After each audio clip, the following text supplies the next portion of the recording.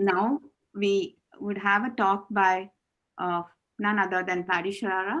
He is the medical director and founder of the Virginia Center for Reproductive Medicine, Reston, Virginia. He's a clinical professor, Department of OBGYN, the George Washington University School of Medicine, Washington, D.C. He has a fellowship in reproductive endocrinology and infertility, as well as obstetrics and gynecology. He has an IVF center, which has been ranked third on the SRT charts for his case success rates in the United States of America. He's developed an app on the infertility diet, and I think it's a very useful app for all our patients.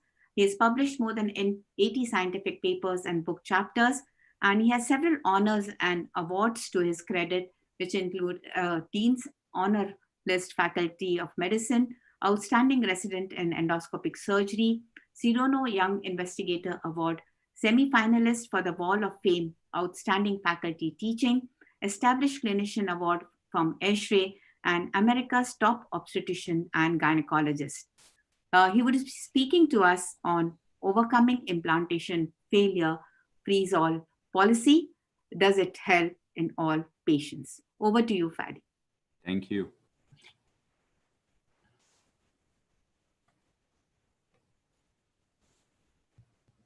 All right. Good afternoon, everyone. It's morning here in the States. I know Dr. Docras was up pretty early and even earlier than I, but it's always an honor to be involved in this. And thank you, Dr. Maduri, for the kind introduction and the invitation. So I'm going to talk about implantation failure and freeze-all, and I'm going to— Can you put your slides on show? Sorry. The slideshow. Yep. Okay. I thought, here we go. Okay, perfect. Thank you. So I'm going to try to bridge some of the things that the previous speakers have presented. So I'm going to start with a case presentation. And this is, so this case is an old case of mine, but it represents many of the things that Dr. Docras spoke about the difficulty of stimulating a young PCOS with a normal BMI, what are called, their hardcore PCOS. So this is a 30-year-old female, never been pregnant, who was on birth control pills and stopped them 3 months before the initial consult and became completely amenorrheic. She had a history of irregular cycles before going on birth control pills.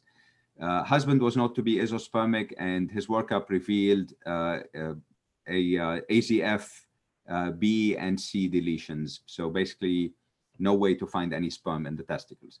So her BMI was 20. Right ovarian volume was 7.15 cc's with more than 40 enteral follicles in the right ovary. Same thing in the left with a volume of 10.4 cc's. Her AMH was 32.3 nanogram per milliliter, LH 17.6, FSH 6.5, normal prolactin, estrogen, thyroid, a pretty low vitamin D, and a high testosterone. So she was put on a low carb diet, vitamin D, inositol, and 3 weeks later, I saw her on metformin and took her up to 2 grams per day. Her AMH decreased within 3 months to 14.3. She did 3 cycles of tamoxifen and donor insemination. The first cycle, she had a 15 millimeter follicle on day 14. She was triggered on day 16, did not get pregnant. Second cycle, 18 millimeter follicle on day 18. Third cycle, she had to take 2 courses. She didn't have any response for the first course of tamoxifen, got another one, and for the second course, she had a dominant follicle on day 31. At that point, she clearly was non-compliant, I think, with her metformin. I repeat her AMH, and it had increased to 50.4. This is the highest AMH I've ever seen. Her LH was 9.4, FSH 4.6, and her AFC still had more than 30 per ovary. So what would you do next? So I'm going to leave that till the end and do some presentations. So obviously, when we do IVF on patients like these, we have several options. You can do a fresh transfer. You can do a fresh and then frozen embryos until the patient gets pregnant, or you segment them and you freeze, and then you do multiple FETs. So in a natural cycle, and this is something that Dr. Maduri had addressed, the issue of endometrial receptivity is really critical for our patients. In a natural cycle, the endometrial window of implantation is basically in sync with the embryonic window of implantation. There are no outside factors, no hyperstimulation, no high progesterone, no slow embryos. This is what you would expect in a natural cycle in somebody who has a 28-day cycle. Now, when things are synchronous, as I said, the blastoid expansion and the window of receptivity are in sync. Obviously, when we do ovarian stimulation, especially with aggressive stimulation, we will that window of implantation is going to shift. So the window of receptivity is going to be shorter than or earlier than that of the blastoid expansion. And when you do a transfer, like Dr. Maduri's case, transferring two beautiful blastoses on day 5, more than likely that was the explanation. When you have an embryo that is really late in making a blast, and therefore you get the day 6 expansion, obviously the same thing is going to happen. And again, this is something that Dr. Maduri alluded to in her beautiful talk. So what do we do for these people? So as you all know, the freeze-all use has been increasing around the world. Especially, when do we need to do a freeze-all? When we have elevated progesterone, that has been associated with negative outcomes to the point that in PCOS patients or high responders, this is the way that people should be treating patients right now. I would strongly recommend against doing a fresh transfer, do a freeze-all, and then do a transfer. Obviously, aggressive stimulations, as I mentioned, will result in higher progesterone, especially when you're using recombinant FSH only. When you're using HMG products, you know, the progesterone is not as high. Window of implantation, as I showed you, is altered with ovarian stimulation, especially with GnRH antagonist cycles, again, as Dr. Maduri beautifully showed before. And further altered by the rising progesterone and or slowing embryos. Again, hyperresponders like PCOS should have a freeze-all approach. So this is just a reminder about blastocyst competence and endometrial receptivity. When I talk to my patients about the need to try to do a freeze-all in cases like these, I tell them the syncing of the embryo and the endometrium has to be perfectly fine. Otherwise, the embryo is unlikely to implant. And Dr. Maduri again presented the endometrial receptivity. I'm going to touch on it very briefly. So this is a classic Natter slides for those of us who have a bit of gray hair that remember who Frank Natter was, but he probably was the eminent medical illustrator. So it's something to really behold if you ever have seen these books that he published before. But this is a slide on basically what happens with the endometrial lining throughout a cycle. And the window of implantation in a 28-day cycle corresponds to about day 20 to 24, or LH plus 7 to 11. And this is when we would expect the embryo to really come in and oppose and then attach and invade that endometrium. So this is what we call receptive window. Obviously, if it's earlier, it's pre-receptive, and it's after, it is post-receptive. And the endometrium is refractory at that point, and the blastocyst has no chance at implanting. Or if it's implanted, it is lost quite early. What can affect implantation potential? Again, this is one of the things that we're repeating, but basically ovarian stimulation, endometriosis, adenomyosis, hydrosalpinx, leiomyomas, endometrial polyps, endometritis, Asherman syndrome, uterine septum, PCOS, and systemic disorders. And obviously, PCOS is a big factor in here. So freeze-all, as I mentioned, there's increasing usage all around the world. I know of many programs in the US that will no longer do a fresh transfer. And we can talk about reasons during the Q&A. But at this point, still, there is a lack of evidence at this time. There's several clinical trials that have been ongoing and have been published. Generalization is a bit premature. And as I'm going to talk later, there's a higher incidence of PIH and increased perinatal mortality in FET cycles. So FET cycles are not really risk-free. And you need to have the best lab. So if your laboratory does not really know how to vitrify, and you really don't have a good frozen embryo transfer protocol, then everything you have done has gone to naught, and you're not doing the best thing for your patient. And in the US at least, and I would love to hear what's going on in India, but because of the availability of GnRH agonist triggers, we have all become complacent and have become more aggressive in stimulation, because we're not paying the price as we used to pay for ovarian hyperstimulation. And this paper is a classic paper that came out from Boston IVF in 2017.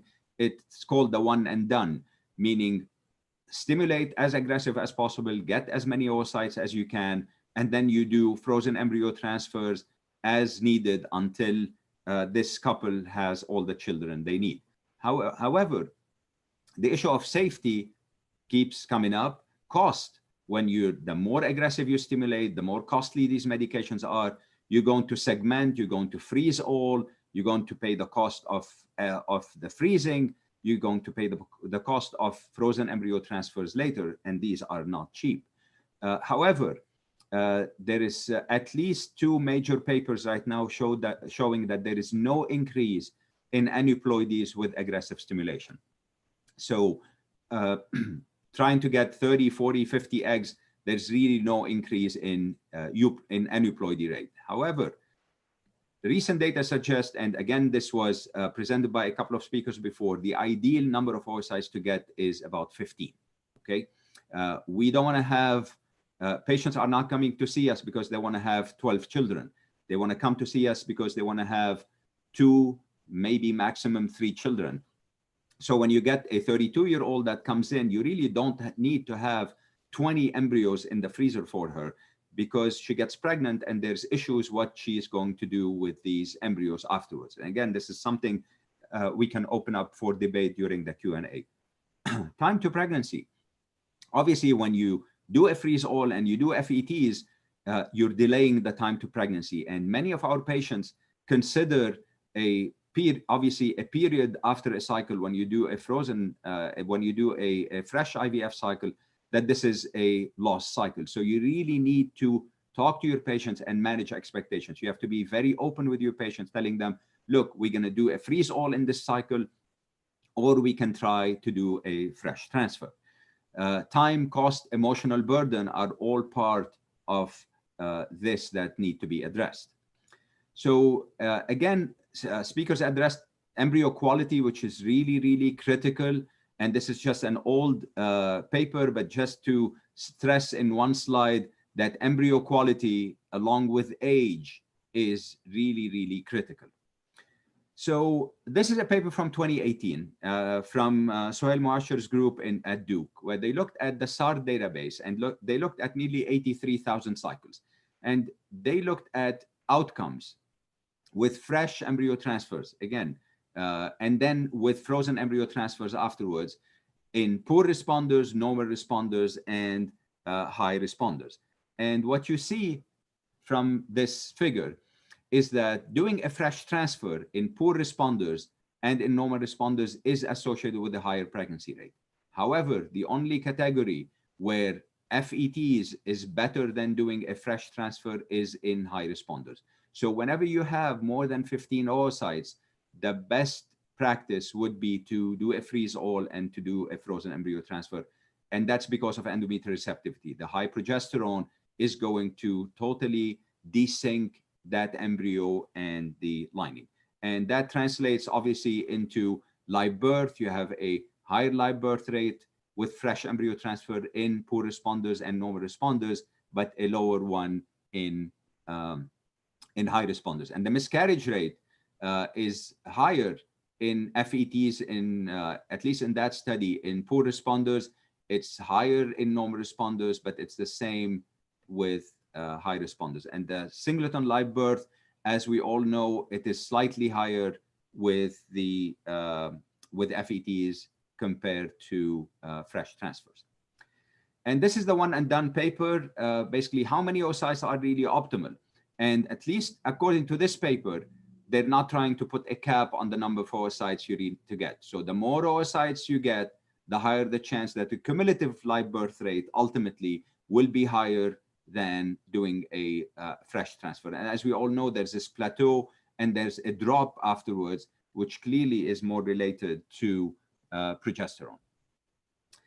So what do we do when we freeze now? So vitrification obviously is mainstay right now. Vitrification has been around at least since 2009. We all shifted. In the US, the experience with vitrification has gone up exponentially. This is data from SART from 2019. They looked only at 2016. And I will guarantee you, if we look at 2018, 2019, and 2020, this is going to be, even be more accelerating in terms of freezing. But there's an exponential rise in freezing in the US and I suspect around the world. So again, what about pregnancy rates? So we're good at vitrifying now. Is this being paralleled by an increase in pregnancy rates? And the short answer is absolutely. So in 2001, this is fresh versus frozen. We were doing slow freeze. We were freezing day 3 embryos. Now the experience with freezing blasts and doing vitrification has resulted in a substantially higher pregnancy rate when we're doing frozen embryo transfers. And back to the issue of personalized embryo transfer. So this is something Dr. Maduri addressed, and I'm going to spend a few minutes on it. So again, the window of implantation that I touched earlier, which is ideal in LH plus 7 to 9, and this is what you would see. This is a receptive endometrium. But in the pre-receptive or post-receptive, that embryo is very unlikely to implant. And the concept of a displaced window of implantation with embryo transfer is real. So what do we do in these cases? So this is a day 3 embryo and a day 5 embryo. And you can see that depending on stimulation and estrogen and estradiol, you can get a shift. And your window of implantation could be for a blast to transfer not on progesterone plus 5, which is day 6 of transfer. You may need to transfer 24 hours later or 12 hours later or 12 hours earlier. So doing these ERAs have allowed us to really do personalized embryo transfers for many of our patients. So this is a presentation from ESHRE this year from Tokyo, where they did personalized embryo transfer by doing an ERA. This is from a company called Cooper. They have a product called ER Peak, which is different than ERA that iGenomics have. And when so in cases where the window of implantation is shifted, meaning they're pre-receptive or post-receptive, and then you correct that, then you will get the same pregnancy rates at that point. So this is evidence that you can correct the window of implantation by actually doing these personalized ERAs. This is a paper from Carlos Simon that just came out in the September issue of Reproductive Biomedicine Online. This is a 5-year multi-center randomized controlled trial comparing personalized frozen and fresh embryo transfers. So they basically had 3 groups, and they had 458 patients, women 37 or younger under IVF. They were randomized to have a fresh transfer or freeze all with FET or freeze all with doing an ERA first, and then depending on the results of the ERA, doing a frozen embryo transfer. So what did they find? So they had 80 patients in the personalized embryo group, 92 in the frozen embryo transfer without an ERA, and 94 who underwent a fresh embryo transfer.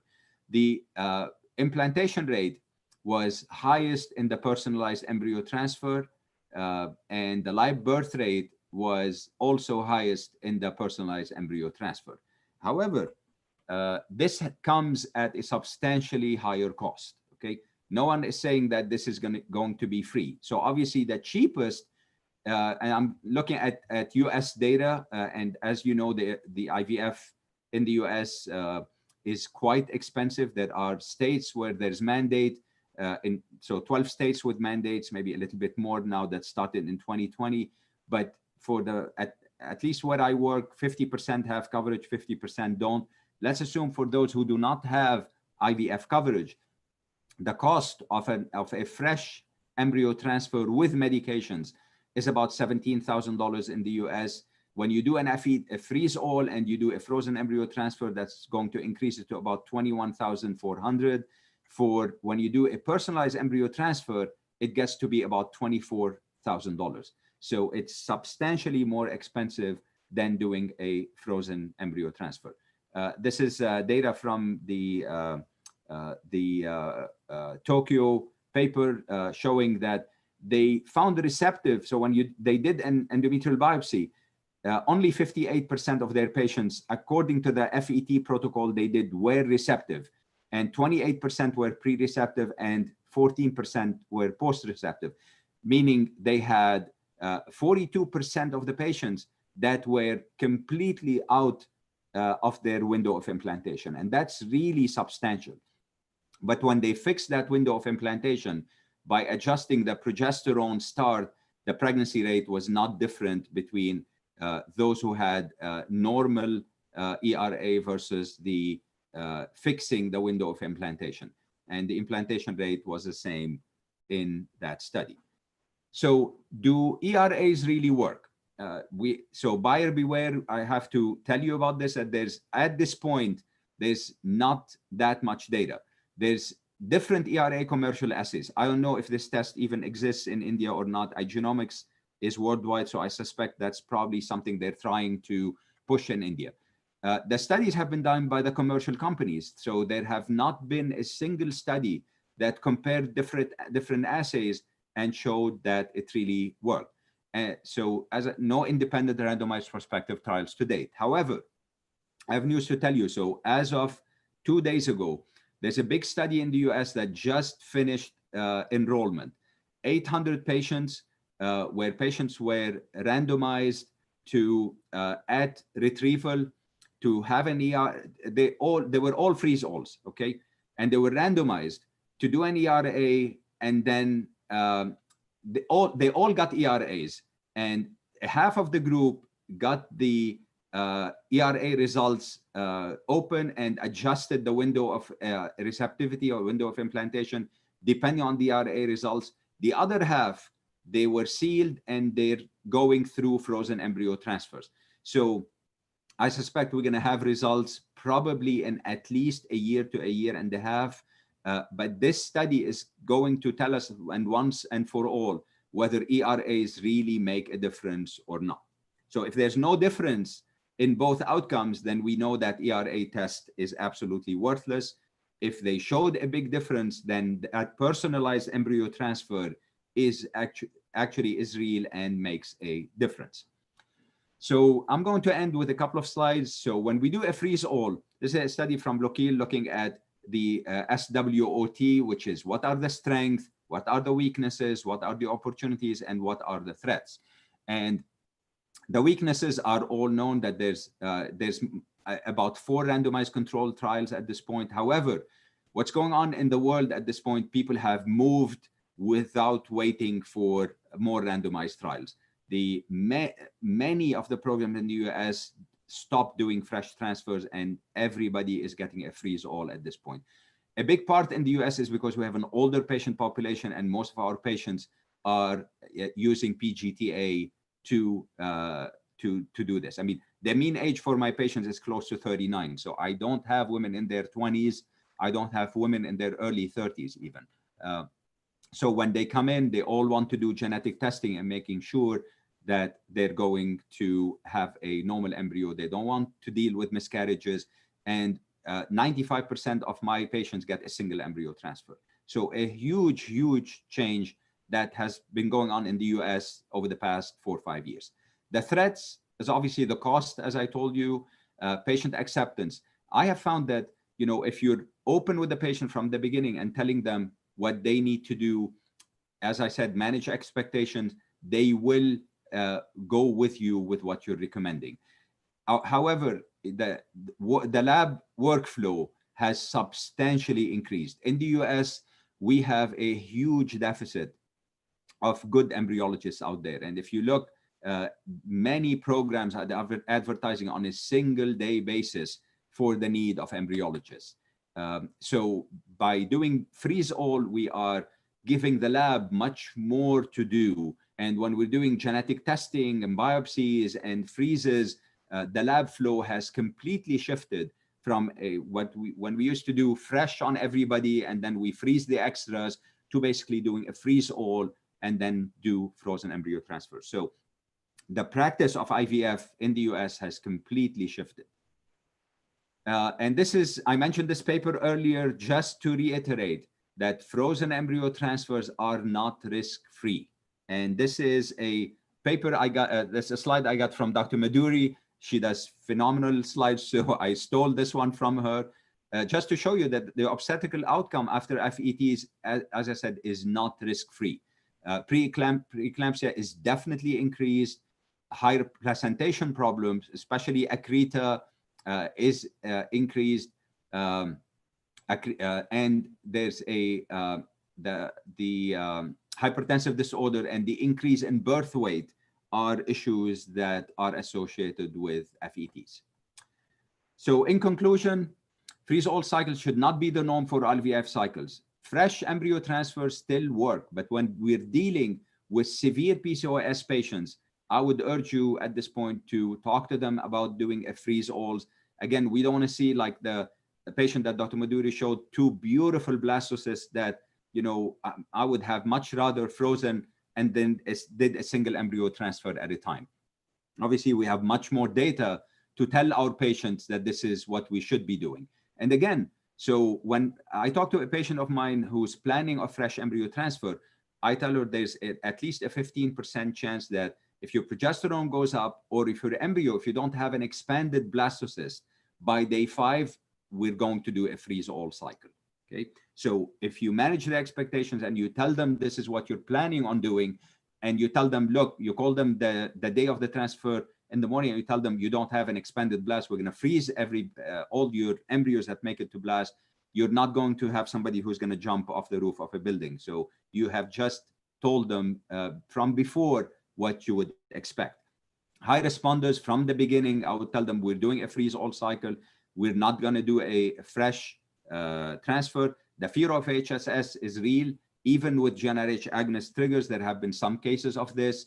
Obviously, when you're doing genetic testing like PGTA and patient preference, I mean, we have patients come in and they want to have a frozen embryo transfer because this is what they're reading and they don't want to have a fresh transfer, and that's perfectly fine. The fresh embryo transfer groups have a shorter time to pregnancy and cheaper. As I've showed you, this has been looked at in multiple studies. Frozen embryo cycles lead to increased birth weight and higher incidence of PIH. Again, that's important. And again, it's critical for you to have a fantastic lab that knows how to vitrify and knows how to thaw and do transfers in a frozen embryo transfer. So back to our case presentation. And this is going to bring many of the prior talks all together. So this case was 5 years old. That was the last time I had to tap somebody. So we discussed IVF and freeze-all. She wanted to do genetic testing just for gender selection at that point. So my protocol was exactly like what the previous speakers mentioned. Birth control pill, an antagonist-based protocol, started with 150 of FSH and 75 of HMG. And the reason for this is, I have a lot of gray hair. I have seen those patients not respond well. So I went a little bit aggressively, even though her AMH was 50. So obviously she didn't respond well on the 225. I had to go up to 300. And as we see commonly, then they completely take off. And it was a 9-day stimulation. She received 2,400 IUs total of gonadotropins. Peak estrogen was nearly 3,500, so not 10,000 or 9,000. Peak progesterone was 3.0. Obviously, many follicles were producing a lot of progesterone.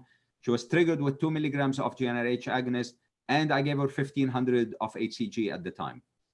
Remember, that was 5 years ago. I was still worried about giving her just a Lupron trigger at that point. So immediately started her on cabergoline for 8 days, got 35 eggs from her.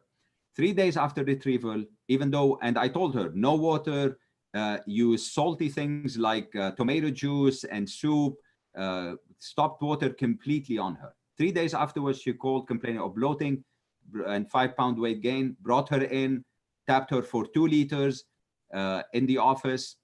2 days later, she was back to normal weight and all her symptoms disappeared. She made 12 blastocysts that were biopsied, and 7 of those were euploid. She had a single embryo transfer on a frozen cycle of a male, delivered at full term, came back 2 years later, transferred a baby girl. She got pregnant and had a baby, and she donated the other 5 blastocysts for our embryo adoption program. So I'm going to stop here and open the floor for questions for me or for the whole panel. Yeah, thank you, Fady, for an excellent talk. The first thing I would like to ask you is in India now, because I mean, even though there's no indication, there are many people just stimulating with 300, 450, 600, so that they have more number of oocytes and they have more frozen embryos and they do a complete FEV cycle. I myself think that it's not justified. I think we should do it only in indicated cases. So I would like to ask you, what would you tell our participants? Yeah, so again, I mentioned this briefly in the talk. Yeah. The plan is not to have 30 frozen embryos in the bank, okay? We have a lot of patients that have issues with what to do with their embryos afterwards. So luckily, SART has been phenomenal, and we always cancel. So we have these consent forms, and I meet with my patients before we start an IVF cycle. And I tell them, what are you going to do with your embryos? If you die, or your patient or your husband dies, or you both die, or you're done having children, what would you do with these embryos? Okay, we need to know. And if I get the whole gamut, but more and more lately are sort of want to give their embryos for adoption afterwards. We started an embryo adoption program at my office about 3 years ago now, and many programs. I would love to see what Anuja has done at Penn and some other places, but we have opened this up for patients if they want to do this. We have patients that donated for stem cell research, and we have some that discard their embryos, which is really sad. So you don't want to stimulate somebody, get 30 embryos, and I would assume in India, most people would not want to give their embryos for adoption, and they want them thrown away. So I think it's bordering on criminal to go and get 40, 50 eggs from somebody who is 25, 26 years old, to have so many embryos and then just throw them away afterwards. Even, as I said, with GnRH agonist triggers, there are cases of ovarian hyperstimulation. And we are iatrogenically putting their, this is not safe, okay? No matter what you do, it's still really not safe. They can go towards their ovaries, they can have issues, they can throw a blood clot. We really don't. So for me, try to gently stimulate. So I don't agree with the one and done, by the way, okay? I think we should all try to shoot for about 15 eggs if you can, especially with these PCOS patients. I mean, you get a lot of eggs from PCOS patients, but many of them are really not good. They're not going to make nice, beautiful blasts. So for me, if you try to shoot for about 15 eggs, that would really be ideal. So I really discourage those people who are using a lot of gonadotropins to stimulate their patients to step back and try not to exceed 225 to 300 max of gonadotropins. And if you can do it at a lower dose, that's what you should do. What percentage of your cycles are freeze-all? I would say probably 95% at this point. I mean, as I mentioned, in the US, we really have an older patient population. So they all want to come in, they want to do PGTA. to do this.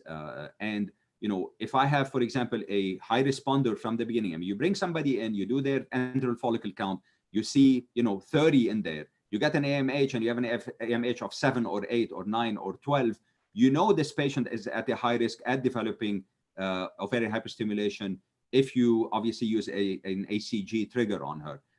So I would rather, for these patients, from the beginning, we're going to freeze everybody. You're going to go on an agonist, on an antagonist protocol, and you're going to get a GnRH agonist, trigger. That's it. What about Anuja and Louis? What percentage of your cycles are freeze-all?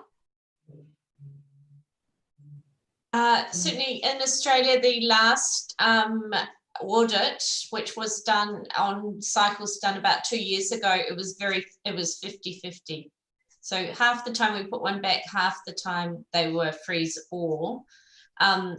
But the other aspect is that genetic testing on the frozens, and they're starting to look at non-invasive testing methods to test the frozen. So we're doing a lot less frozen embryo transfer cycles because we don't put the ones back that are aneuploid anymore. Anuja? So if you look overall, I think we do about 50-50 freeze-all versus transfer. But I think in PCOS, if that's what we're talking about specifically, then it does depend upon the trigger, because if we use a GnRH agonist trigger, I think in general we will freeze. We also use a progesterone cutoff to freeze, and so that would increase it. But I do agree that in general, the idea is to identify the lowest dose to get the patient to stimulate, not go with a high dose and have sort of this guaranteed approach of stimulation just because you can use a GnRH agonist trigger. Absolutely. Yeah, so our preference is to use a lower dose. I do understand that, yes, you may get the 15 oocytes, but all will not result in usable embryos, like the new terminology. We may lose some because of a PCOS phenotype, but all the same, that doesn't mean I'm aiming for this huge 20, 30, 40 number at all. Right. Yeah, and you look at the whole perspective. What else is going on? It's not that often that you have PCOS alone as an indication for IVF. Most women with PCOS are getting pregnant on their own with oral agents, etc. When they come to IVF, it's multifactorial. And so if you have a severe male factor or any other indication, that has to be taken into account in terms of what is the N number that you want for your oocytes. If you think you have a severe male factor and you're going to lose out, that's another indication, okay, why you're aiming for a slightly higher number. But again, I do agree with the other speakers, the lowest dose of gonadotropins to sort of get an optimum response. Because in my experience, I've seen that if you have too many eggs, even though you're giving a lower dose, what you see that there's a lot of abnormality seen in the oocytes. Many a time you have central granulation or you have a lot of debris in the perivitelline space. And these really do not form very good embryos. So I think we need to keep our doses low and get lower number of oocytes for a better embryo quality. Fady, there's a question. All my patients are, I changed their diet. As you said, I have this diet app that I made about 6 years ago, and they're nearly all on metformin and inositol. Nearly all. I mean, specifically to try to improve oocyte quality. So we try not to get these dark, grainy eggs that basically will not lead to blastocysts. So I'm very aggressive in changing their diet, putting them on insulin sensitizers, putting them on inositol. There's data on resveratrol and even CoQ10. And I put vitamin D, for example, I think is really critical in these patients. I mean, even the paper that Anuja was on, which looked at IUIs and showed that the higher the vitamin D level, the higher the pregnancy rate was. That was published probably 3-4 years ago, at least, Anuja, I remember. So this is, so I talk to them about PCOS. I educate them about PCOS. I change everything they do before I take them through an IVF cycle. So there's another question. Sorry. I just wanted to make a comment. I think that's the message we need to send out to our delegates that when we are doing IVF, if a patient has come to us for infertility and she has PCOS, I think it's very important for us to look at everything around her, get everything corrected, including her hypothyroidism, her insulin resistance, her weight, etc. Get her into the best possible shape before starting. And metformin, even I use quite a bit of it, and I'm very happy with it. And I think this is something we all need to address, because it tends to happen that a person goes for a particular reason and only that is looked into and the other things are just left out. So I agree with Fady completely that we need to get everything in order before starting. So there's another question for you. The older woman tends to get fewer blastocysts, and PGTA procedure-related problems can themselves bring down pregnancy rates. So is it not more practical to transfer without testing? That's an excellent question. I mean, this is the debate we've been having in the US for at least few years now. Are we doing harm by doing PGTA? Not just for the embryo. Are we throwing away embryos that are capable of producing perfectly normal children? And I tend to believe that we're probably throwing away 15% of embryos that probably will make perfectly fine children. I have sad cases of women with low mosaic embryos that they throw them away rather than they do a transfer. And I have babies born from the transfer of aneuploid embryos. Okay, so when I get a 42-year-old who made basically a segmental aneuploidy, and there's actually data right now that these are mostly okay. If they have a segmental, or even if they have a monosomy, like monosomy 9, for example, and it's otherwise an AB embryo, and they cannot afford doing another IVF cycle, I tell them, put it in, let's just see. So the answer to your question is, should we even do PGTA or not?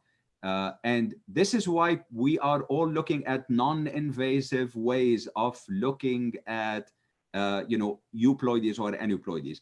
I think the current technology right now is not good enough to really tell us with certainty whether this embryo is normal or not. And remember, when you do a biopsy, you're removing 3 to 5 cells from the trophoectoderm layer. That is a very rapidly dividing layer. And the correlation between that trophoectoderm and the inner cell mass is not 100%, okay? Especially when you get mosaic cases, all right? So for mosaicism, now that we get the result as low mosaic or high mosaic. And if I have a low mosaic, I'll tell the patient, listen, this is as good as a euploid embryo. So if she has euploid embryos, obviously we transfer these first. If she doesn't have anything except a mosaic embryo, I have no trouble transferring that embryo. So back to the question, should we even do PGTA? And in the US at least, and I would love to hear what Anuja's seeing right now, but patients are coming in now asking to do PGTA. 7-8 years ago, when we started doing PGTA, it was sort of a struggle to explain to patients about aneuploidy and doing PGTA and all these things. Now I don't have to say anything. They come in and say, look, I'm 39 years old. I understand. I don't want to deal with a miscarriage. I want to do PGTA. This is what they're reading on social media. This is what their friends are doing. So I just, tell them, let's see if you're going to make any normal embryos or not. The discussions become much more complicated when we do not get euploid embryos and the patient cannot afford to do another cycle. Yeah, I think we'll ask a few more questions, so we'll probably go after the last talk. Yes? We've been using non-invasive techniques in our lab, and it essentially the level of mosaicism disappears because the non-invasive techniques where you're looking at the DNA and the vesicles represent the whole embryo, so it's quite different. Yeah, so and I would add to that PGT has sort of gone with its ebbs and flows. We had our day 3 biopsy, now we have the day 5 biopsy, we had the FISH analyses, and now we are here with the arrays. And so there may be a role for a select group of patients. There's no role for everybody who walks into an IVF center to be offered PGT. And yeah, I completely agree. Anuja, just want to add one thing. PGTA is great when you have a lot of embryos. PGT is terrible when you have 1 or 2 embryos to look at. So that's one caveat. And then, of course, you'll have the select patients who have had a bad outcome, who've had a pregnancy or a fetus with a chromosomal abnormality and who say, I just cannot go through this again. Yep. And sure, I think that might be a group where you say, I can offer it to you. Or there may be a group that has a large number of embryos and they don't want to go through multiple transfers and you're shortening the time. But it's a very select population and there's a lot of counseling because in terms of our results, you have the euploid, aneuploid, and you have this big group in the middle that we've struggled with. How do we counsel about mosaicism? And the technologies keep changing. So I think the take-home message is it's not there for everybody. There's nothing special about PCOS that you have to do PGTA and offer it either. So I would be very selective as to when you offer it and then counsel your patients well as to what to expect with those results. Yeah, actually for my patients, I tell them, do not do PGTA. Most of these, if they're younger than 36, there has not been a single study that showed an improvement in live birth when you do PGTA compared to non-PGTA. If they have nice blasts, I tell them, don't do it.